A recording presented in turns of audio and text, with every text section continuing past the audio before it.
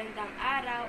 Ang kahutukan o flexibility ay kakayahang makaabot ng isang bagay na malaya sa pamamagitan ng pag-unat ng kalamnan at kasukasuan.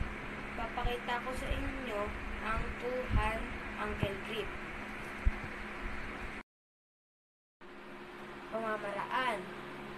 Panguna, bahagyang ibaluktot ang katawan sa harap sa pamamagitan ng pagdikit ng dalawang sako ng paa. Abutin na ang mga kamay sa pamamagitan ng mga binti, ang bukong-bukong. Pangalawa, pag-abutin ang mga kamay sa harap ng mga bukong-bukong.